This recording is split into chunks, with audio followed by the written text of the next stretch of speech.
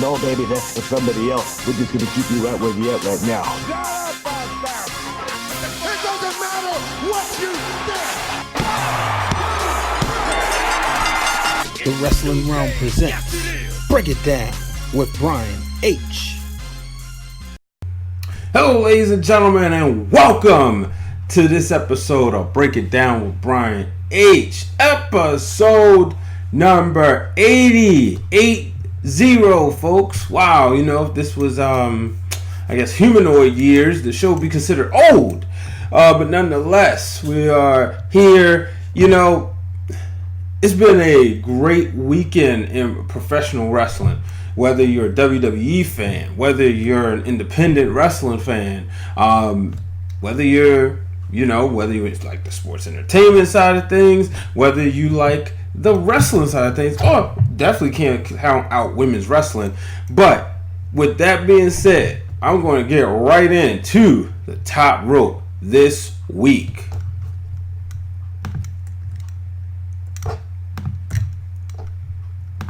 On up to the top rope. It's time for this week's Top Rope segment of the week.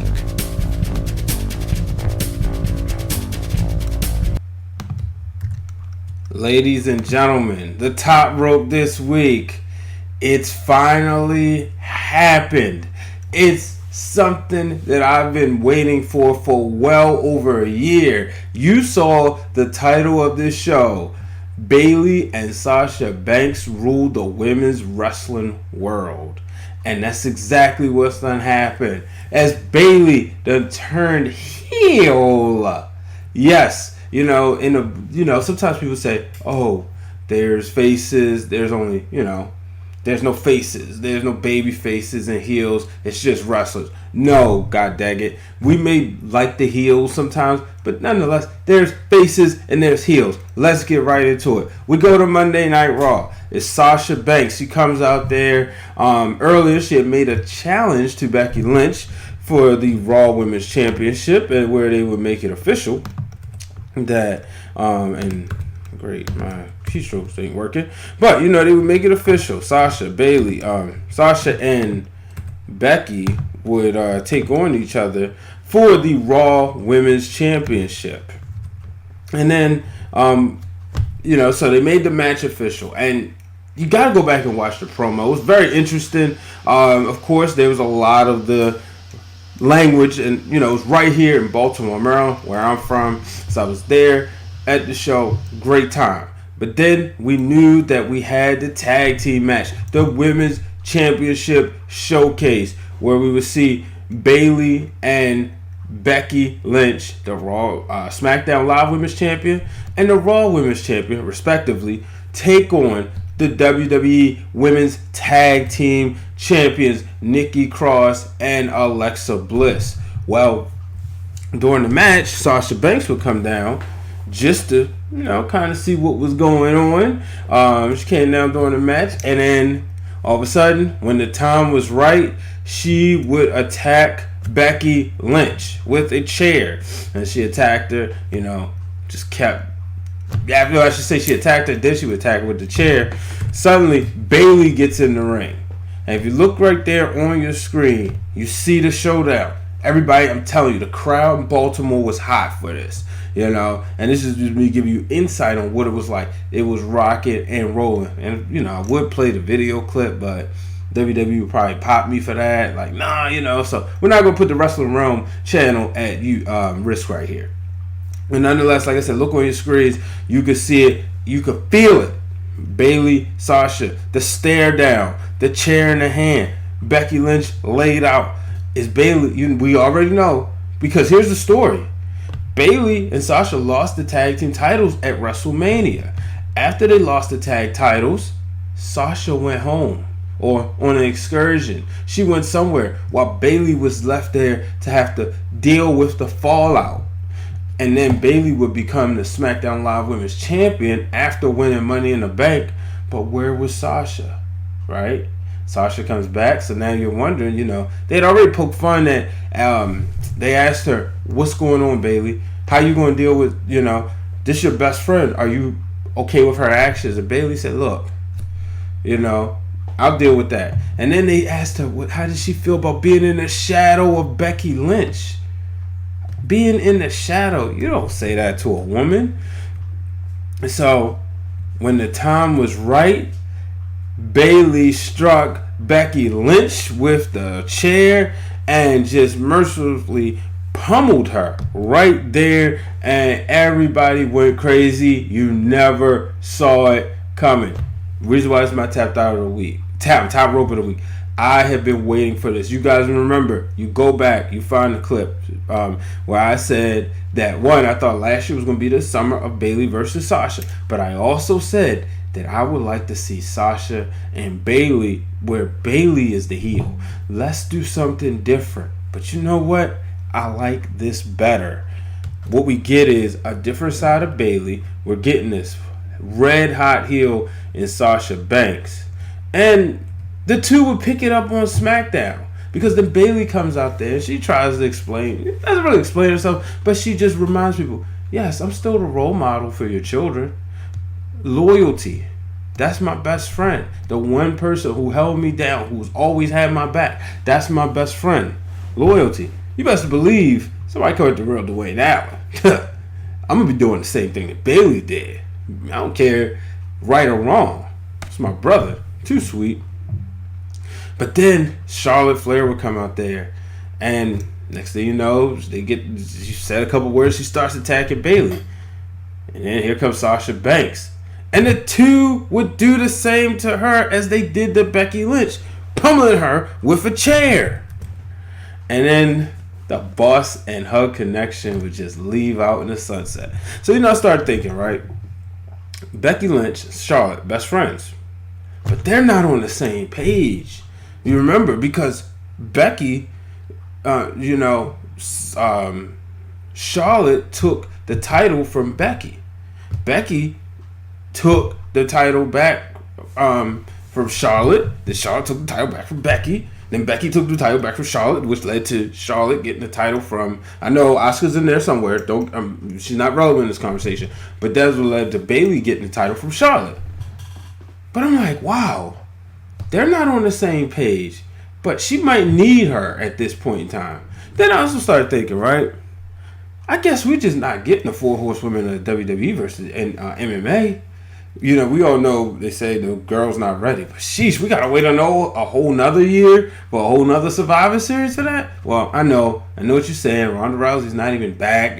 She had the finger injury, but I'm just, that thought came to mind. But man, this is gonna be good, and this.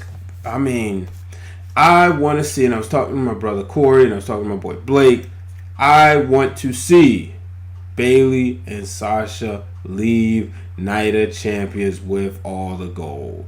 Those two, the Boston Hug connection, Sasha tweeted, there's no stronger connection. And remember, you pay attention to Sasha Banks' Twitter game. I didn't get a chance to throw it on the screen, but one of the things she said, own bus. Basically she was saying like she's being rich. Thank you, Vince. And it's so funny because just a few months ago, or maybe just say weeks ago, everybody was saying, oh, Sasha doesn't want to be with the WWE. She's ready, trying to get a negotiation for somewhere else. Now look. So, but let's move on. We're going over across the pond to AEW. It is official. They have crowned the first ever AEW All Elite Wrestling Heavyweight Champion of the world. And his name, I was going to call him the Ayatollah of Rock and Roller. I was going to call him the best in the world at what he does. But I think right by now he goes as the Painmaker. Well, we'll just call him Chris Jericho. So Jericho was victorious this past weekend over Adam Hangman Page in a contest in the main event of AEW's All Out. I almost called it Double or Nothing. But yeah, in the main event, incredible match. I saw it. Saw the highlights. But definitely recommend you check it out. I wrote this on BrianHWords.com. It's time to start putting Chris Jericho in the conversation for best in the world, for the greatest of all time. You got Hogan, you got Austin, you got Rock, you got Flair, you got Michaels. Excuse me. You gotta throw Chris Jericho in there. Now he might not be number one. Excuse me. Shout out to my boy Derek Lewis at The Real D. Lou. He said it on Twitter. Jericho top 5. You know, you got to throw Taker in there. You throw Taker in there for longevity. You throw Shawn Michaels in there for the combination of ring work and, ring work and charisma. You throw John Cena in there because of dedication, hard work, determination, title reigns. Ric Flair, title reigns. Stone Cold Steve Austin, box office draw. The Rock, box office draw. Hogan, box office draw. Crossover appeal, superhero-like. Where you throw Chris Jericho in there? You got longevity. You got reinventions. And you got title reigns. That's what the business is about. It's about making the money. Now, Jericho may not have drawn what Austin and Rock and Hogan did. Different time, different era, different part of business. You know? But let's not forget when he came in to the WWE right in the thick of the Attitude Era, as WWE was starting to go upward. Jericho was holding it down in the mid-card, making the Intercontinental Championship relevant. You know, it was definitely, easily, in my opinion, the greatest Intercontinental Champion of all time. So you got to throw him in that conversation. There is a reason All Elite Wrestling decided to put the title on him as opposed to Adam Page. There's more money in putting it on Jericho. TNT, if I'm to give you guys some insight on how television works, you know, I want to advertise during this show.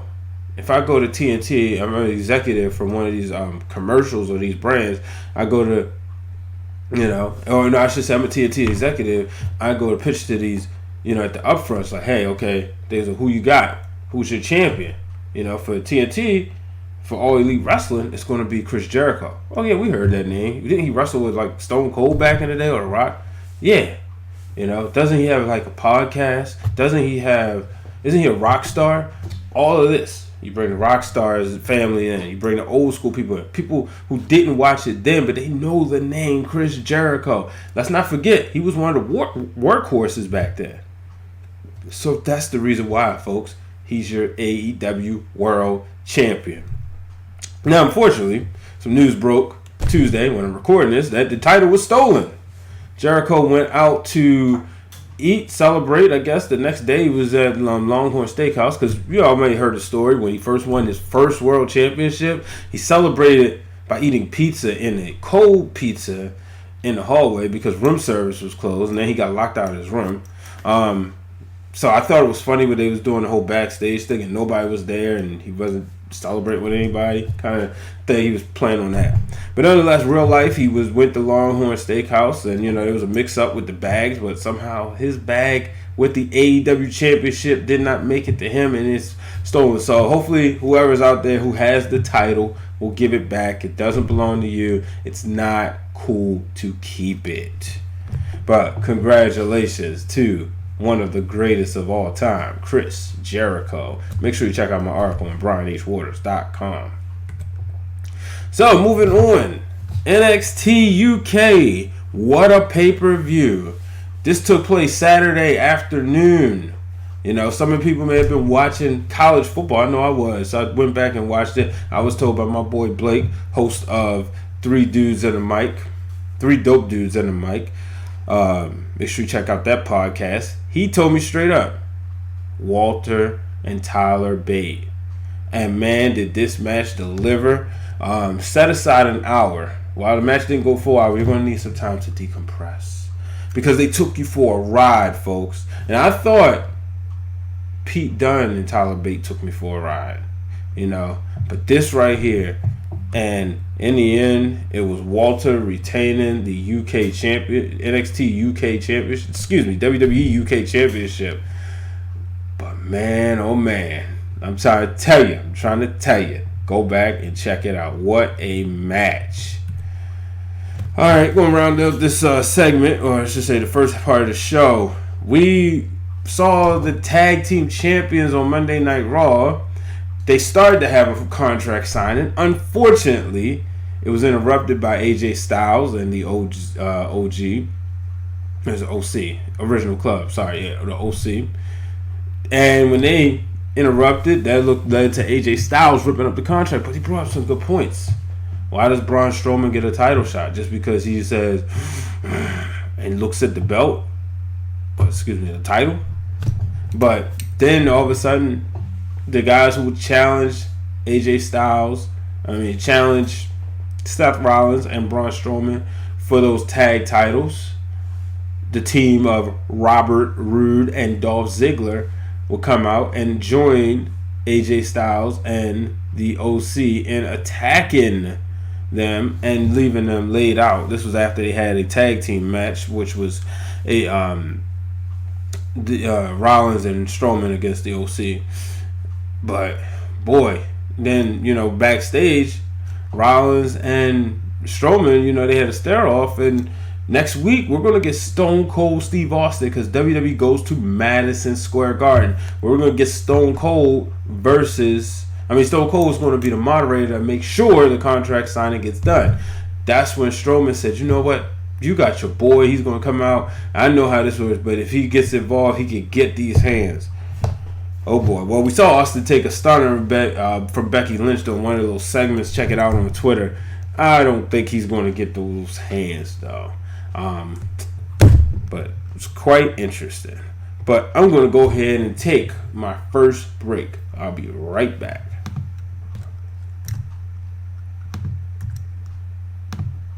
The following announcement has been paid for by the Wrestling Realm. You already know who we are, but you don't know why we're back. Hey guys, I feel like they hear us, but they're just not listening. So I feel it is our responsibility to make them listen. Now you see one thing, in these past 4 years, I done went through all these channels. Nothing. We've come back to, purge the internet wrestling community of something that has plagued it for years. They got you talking. They got me talking. You don't talk. I don't talk. I don't do this. Okay? This is not my thing. You show up, you kick butt on the show, and that's it. And I'm back, ladies and gentlemen. Make sure you are subscribed to the Wrestling Realms YouTube channel where you can get all your latest content. I should say, you're going to get a show from me each and every week, Break It Down with Brian H. You'll also get some content from the real Dwayne Allen and I where we just sit back and just talk wrestling, because that's what we like to do. So we got a lot of shows in post-production right now, so stay tuned. But for those new, there's a lot of shows that you may have missed, so you want to sit back and be entertained, sit back, crank up the YouTube channel, subscribe, hit the bell notification so you know when we drop new content. But like I said, there's a lot of stuff that'll keep you entertained while the stuff that's in post-production gets published. So folks, for those who do not know, I'm going to go ahead and reveal something different. So if you look on your screen, you may see something from Hopkins Men News. That is Johns Hopkins Medicine right here in Baltimore. That happens to be my day job, which, I'm going to mention it. You'd probably be the only time I ever mentioned the company that I work for. But I had the honor and pleasure of welcoming in 4 WWE superstars yesterday, on Monday, on Labor Day. It's my day off, but hey, get a chance to go and meet WWE superstars, why wouldn't I, right? So we had Braun Strowman, Ricochet, Alexa Bliss, and Nikki Cross come through the Johns Hopkins Children's Center with the WWE community team, as they were, which was partnered with the V Foundation and Connor's Cure, just welcoming children who suffer, unfortunately, pediatric children who suffering or fighting cancer. So they came through, I got a chance to really interact with the kids. They were very fun. A lot of them was playing. At one point I was playing hot potato with Ricochet and a nice young girl. You saw Alexa Bliss and Nikki Cross just painting, doing arts and crafts, and I thought that was phenomenal. Braun Strowman tossing the soccer ball with the kids, and Ricochet and Braun kicking the soccer ball with the kids. So I thought that was great. It's one of the things that you just love about the WWE. Got the chance to talk to Braun. One of the things he said was, thank you for coming out. He said it's the best part of the job, just being able to do that stuff. And you could tell it was genuine, not just some PR stuff. No, you could literally tell they enjoy doing this. So definitely want to say a thank you to the WWE. And so, moving on, going back to Monday Night Raw, King of the Ring. We down to the final 5? I might say final 5. Here we go. So, first off on Monday Night Raw, match of the night. Cedric Alexander took on Baron Corbin. Unfortunately for Cedric, Baron Corbin was victorious. Now, in all fairness, Cedric was attacked by the OC before the match. Didn't think he was going to make it. But they attacked him just because they were so hyped for what they did to Braun. And, I guess that testosterone just helped. Whatever. But it was interesting because Cedric had tweeted before Baltimore is where he helped make, kind of got his career going. A lot of times in ROH, Ring of Honor Wrestling. So, and they used to have a lot of shows back in 2012, 2013. They would do all their tapings here. So it was cool to see. It was like a homecoming for him. Unfortunately, came up short. Baron Corbin, man, I gotta say, this guy went from being the most hated person on the roster. You just didn't want to see him there. You wanted him to go away. He was just doing too much. But he had all his hair, but it was just, he was going bald. To now, he's getting legitimate heat. And I mean, the crowd, where at one point it was not cool to cheer for Baron Corbin. You had some fans cheering for him, but man, you had a lot of boos, and he could be King Corbin. Wouldn't that be a nightmare? But we move on. Ricochet and Samoa Joe defeated each other. So when Joe went for the muscle buster, I think it was, off the top rope, they both fell. Both arms landed on each other. 1, 2, 3. Instead of then both of them being eliminated and Corbin being awarded the bye the way it was with Hogan and Andre in 1988 at WrestleMania 4, they decided that both of them would advance, and it would be a triple threat match next week at Madison Square Garden, and the winner will go to Night of Champions in the finals for the King of the Ring. So let's move on to SmackDown. Chad Gable was victorious over Andrade. Now, before the match, Samoa Joe came out there and told him, he met backstage and pretty much said, you're short and all this other stuff. It's like, here we go again. He said, he's been hearing it all his life. He told him, you can't be king. You're going to look like you're planning, a toy or Halloween costume. Then Zelina Vega was said from one vertically challenged person to another, she admired his heart, but she would root for him, but he's not better than Andrade. But on this night he was, which I just knew Andrade was going all the way, man. But Chad Gable is the underdog, and he will face Elias next week. Elias victorious over Ali. This is another one I had the opposite way, which I like when I'm kind of wrong sometimes. But I had the opposite way. I thought Ali was going to be Elias, and Andrade was going to beat Gable. But then Elias, of course, he would pose with the crown and his guitar on the throne. Could we have King Elias? I got to think about this one. So we down to our final 5. I'm not even gonna give a prediction this week because I got this story kind of got my head messed up.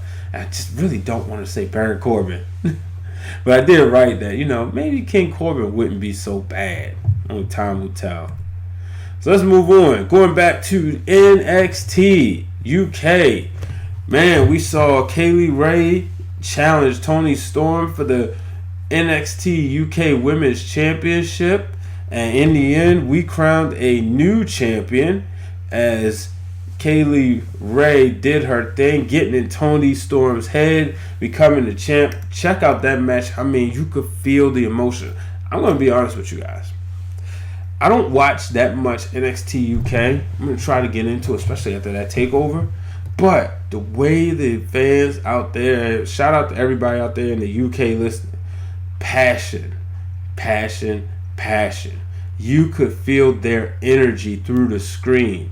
Every match, I mean, they were into it, and it just felt like a big fight feel. And I hate to be that guy, but most of the time by the main event here, us here in the United States, we've been spoiled. So by the time that main event, we'd have been, but no. And it do make you wonder, what would happen if they took WrestleMania to the UK?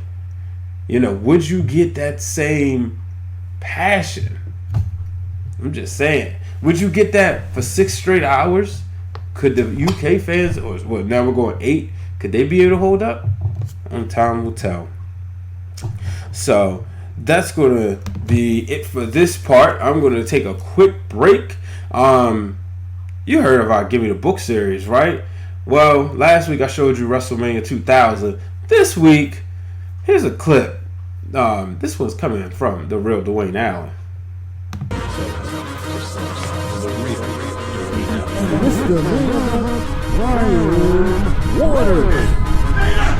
Houston, we have a problem. Yes! Alright.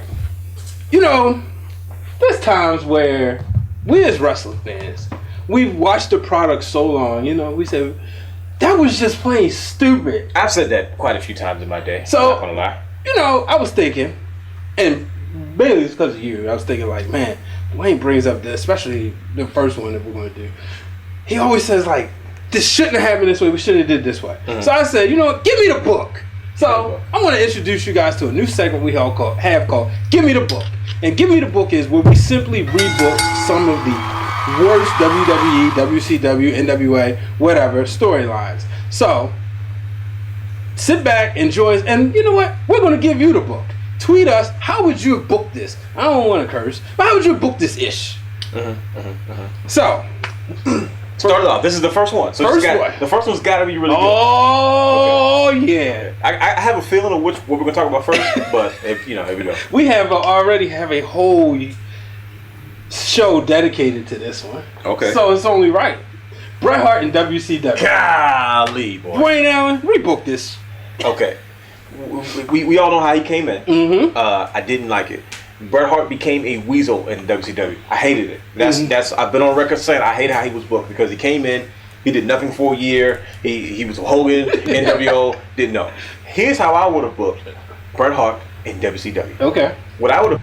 And I'm back, ladies and gentlemen. I ain't gonna lie to you. I put the wrong clip in there, but guess what? You saw a preview, and I gave you just a little bit. Go right to the Give Me the Book playlist where you can hear what the real Dwayne Allen had to say about how he would have booked Bret Hart's WCW run. So, well, sometimes you make a mistake, you can easily fix it than normal. But let's talk some more All Out. This past week, we saw Cody Rhodes take on Shawn Spears.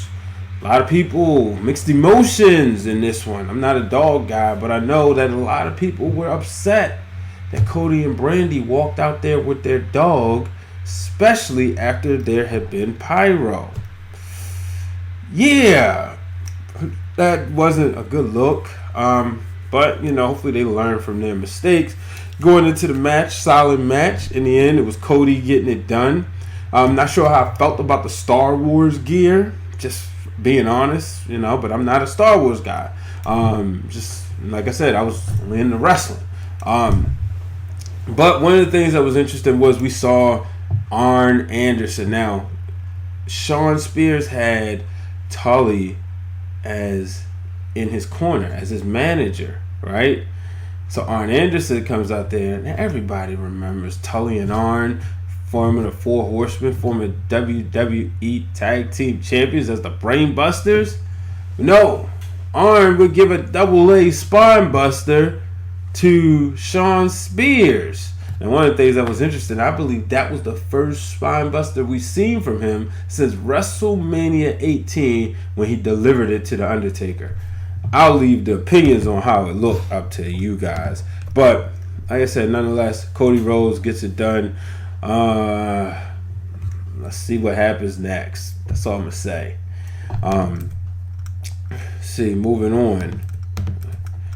We had, if I can get my joint. Okay, there we go. Pac versus Kenny Omega. You know, it was early on in the show. I enjoyed this match. You know, it's two went at it, but the story is Pac winning, or is it more so Omega 1 and 2 says in AEW? You know, if you look, they're putting up their wins and loss records. Omega 1 and 2, former IWGP Heavyweight Champion 1 and 2, with losses to Chris Jericho and now Pac. I want to know what you guys think about this. I think what's going to happen is Omega's going to have to dig deep and then refine himself, and then he's going to shoot up and skyrocket until he gets to the point that he will be the AEW champion. That's what I think is going to happen. You know, it's kind of being broken down to be picked back up. Let's move on to SmackDown as we're getting near towards the end of the show. Mandy Rose and Sonya Deville victorious over the WWE Women's Tag Team Champions, Alexa Bliss and Nikki Cross. Bliss and Cross coming off a win by disqualification over Bayley and Becky the night before. Unfortunately, couldn't get it done. And, you know, I got to point this out. One of the things I noticed, you know, we make a lot of comparisons of Mandy Rose and Trish Stratus, obvious reasons.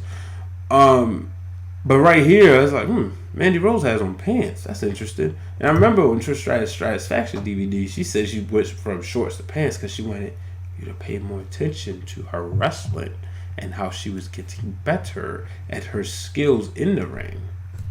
Mandy could be doing the same thing and eventually transition to me one day be a women's champion. But nonetheless, this is the match I think we should get at Night of Champions for the tag titles. I'm almost certain we'll probably get this, but I don't know if they necessarily win them just yet. But I think this match right here gave them a reason to why they should be the women's tag team champions, at least the number one contenders. And then Erick Rowan, man. So they made it official. Erick Rowan and Roman Reigns will take on each other coming up at Night of Champions. We all know Daniel Bryan said Rowan. It was Rowan who did it, but he didn't know. No, Daniel Bryan said he didn't know Rowan did it, and said he doesn't like being called a liar. And last week he proceeded to smack him in the face constantly, to the point that this week on SmackDown it was Rowan who pretty much lost it. And after he attacked Roman Reigns, he would, facepalm and slam Daniel Bryan through the table. What I see right here, Rowan is being made into a star. Now they're gonna really get him going. I mean, you put him in a match with Roman Reigns. Roman, we prayed for him, and then he comes back. And we're happy. We're excited. And then people start getting scared. You don't dare say you wasn't scared, IWC, because I know you was. That WWE's gonna throw the strap back on him. But now he's out here doing his thing. He's wrestling, and like I said right here, he'll probably beat Rowan. But I believe that Roman's going to look so good in a loss, either way. But and maybe he'll lose. Maybe he'll put him over. Because I think Rowan could use it, and this is opportunity. SmackDown Live is the land of opportunity, and I think this SmackDown has been better than it have been in the past couple of weeks. So, with that being said, it's time to come from the realm. And now for our From the Realm segment, where I answer your questions from the Facebook fan page, the Facebook group page, and the Twitter at Wrestling. Alright, From the Realm this week, starting off with my boy the Shark, Sean Williams. First question, do you see the Young Bucks versus the Lucha Bros versus Santana and Ortiz before this year is over? How big of an impact do you think the former LAX will make in AEW? So, I'm gonna be honest with you. I don't care as much as everybody else does, Shark. That's cool, I think right now I'm just over the Bucks. And I understand that the tag team division is going to showcase more. and we're going to see a lot more. I'm just ready to see it. I think for this one, I need weekly television just to kind of keep updated. I don't watch Being the Elite too much, but that's just me. It'll be interesting though. But I could see this match happening before the end of the year, and I could see LAX making an impact. I just think that they really want to focus on tag team wrestling in AEW, so we're gonna see. And let's see what we got. Next question. I tell you, this program's been acting crazy. That next question: is it being too optimistic to hope for Ricochet versus Andrade in the finals? Absolutely, because we saw what happened on SmackDown. But anything I thought we would get, I thought that would have been great. But I was thinking we was getting Ali and Corbin, to be honest with you. But this, I just think that Andrade, I hate to be that guy, but I think he's going to be a guy who doesn't need the King of the Ring only because he'll find another way to get over.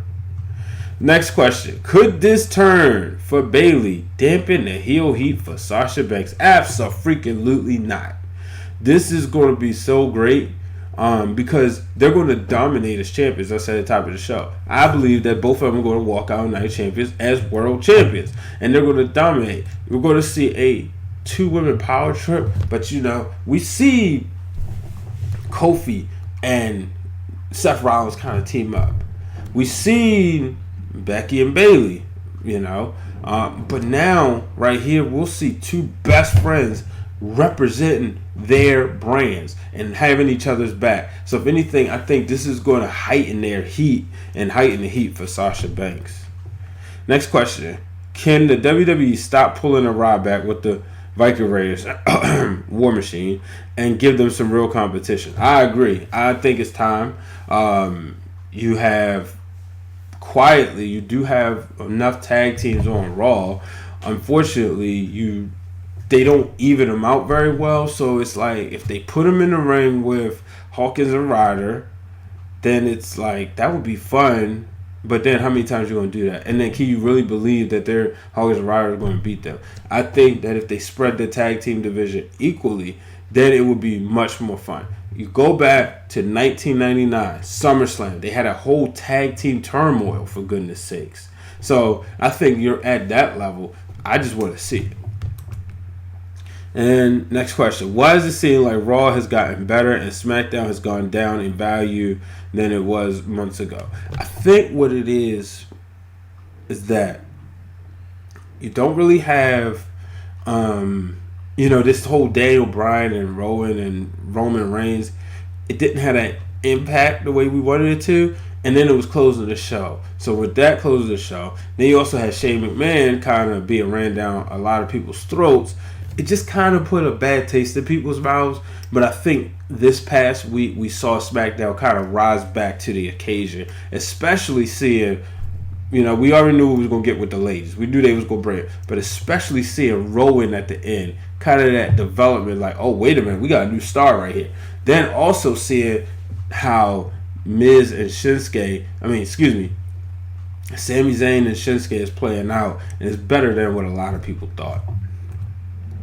And next question. If not Rhea Ripley, who should take the NXT Women's title from Shayna Baszler? Man, if Rhea Ripley can't do it, doesn't seem believable, right? Unless you put Bianca Belair back in the lab and then she comes out more meaner than ever, or more hungrier than ever, more athletic, more EST than ever. That's the only way I can see it, because right now I don't see anybody else. Or the Io Shirai. So, And I think this is the last question. Am I the only one that wants Dominic Dijakovic and Keith Lee to fight again at TakeOver? No. I didn't see the last match. I saw clips and I heard it was great. I think that was kind of like a test to see, can these guys really draw? Are they going to be two guys that we actually want to see wrestle and do their thing at TakeOver? So that's what I think that was. So, but I don't think you're the only one. And then last question for the day from my boy Roger. Of course he would ask this question. Will CM Punk return to wrestling, and will WWE give him a call? No, Raj. No. I don't think WWE's giving him a call. I don't think Triple H liked him, and I don't think they need him. It'd be one thing if it was like, with Bruno Sammartino, having him in the Hall of Fame, just kind of validated. Did they need him? Maybe not necessarily needed him, but him and Vince didn't get along, and Vince would try, but it wasn't work. So told Triple H, you go try. That was new blood. And then when Triple H called, they had a long conversation. So, okay, we understand this about the business. I don't think the same thing with CM Punk because he's beefing with Triple H. Vince isn't, Vince is kind of on his way out. You look at the other guys. Do you really need CM Punk? It's been 5 years, Raj. It's been 5 years. He might go to AEW, but then, who knows? He bashed them too. So I'm not really certain that we'll see a return of CM Punk. So, folks, that'll do it for this week's episode of Break It Down with Brian H. As always, I appreciate you for tuning in. Make sure you are subscribed to the show. Get on your Google machines, type in Wrestling Realm. You'll find us on Apple Podcasts, Google Podcasts, Spotify, Stitcher, Anchor. Make sure you send in a donation or two. Make sure you subscribe to the YouTube channel where you can get a lot of exclusive content. The home of everything Wrestling Realm is right there at youtube.com/Wrestling Realm. Last but certainly not least, connect with us on Facebook, Instagram, and Twitter. For me, Brian H. Waters. For the real Dwayne Allen, Dwayne Allen 24. And for the Wrestling Realm, just search Wrestling Realm on Twitter and Instagram. At Facebook, make sure you put a "the" in front of it. Until the next time, folks, I'm Brian H. Waters. So long, everybody. Thank you for tuning in to this week's episode of Break It Down with Brian H. Hit the subscribe button and turn on the bell so you get notified every time the Wrestling Realm posts new content.